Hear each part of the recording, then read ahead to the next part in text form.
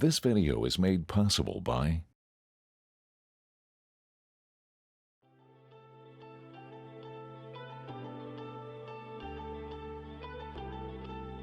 when you own your own company, depending on who you are, or even if it's not a company, if it's just you acting as the CEO of your own life,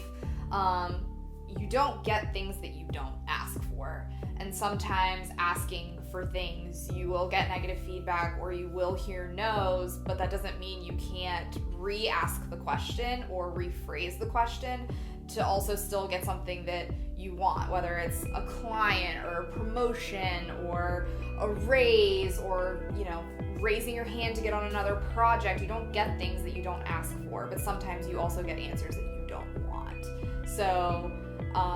every day, whether it's you're working so hard, you haven't had a day off, you're hustling like crazy, and you feel like you're getting a mental brick wall, sometimes it happens, and every single time it happens, you have to just take a step back and realize that it's always a marathon and not a sprint, and to pace yourself for whatever the project or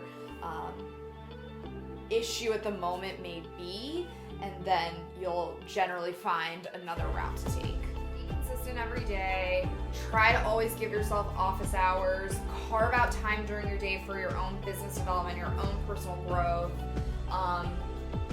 Because even if something goes bad, you know that you're still pushing forward. The other piece of advice I have is to get your financial house in order. I wouldn't recommend jumping off and going into entrepreneurship without having a very hard look at your personal finances. If you do have a lot of debt, maybe it makes sense to work full-time and really hustle and have that the side job or the side hustle is what I always called it, to pay down that debt, so that when you are in the place and you do have some money saved up, or you do have a really great client that's going to put you on retainer, or a really great project you're going to work on that's going to be able to feed you some cash, that you're not starting at negative, you're starting at a positive, at least in the black,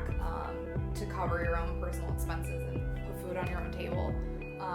so that you're secure in that way, because you cannot be a good entrepreneur if you're worried about your personal finances all the time. Worrying about your company's finances is obviously a different story, but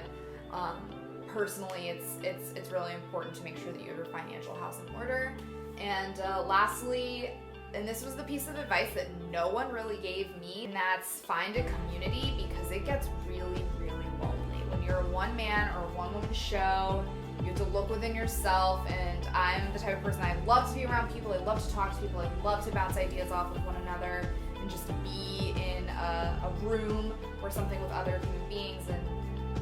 when you start a company off of your own couch, sometimes it gets very, very lonely, and you don't want that to inhibit your ability to have and grow a company and advocate for yourself. So sometimes it's nice to, join a co-working space, go to a cafe or something like that, or maybe join a Facebook group of other entrepreneurs and talk around, meet around, because that's where the exciting things happen, and that's where you also start to network, but you also won't be lonely.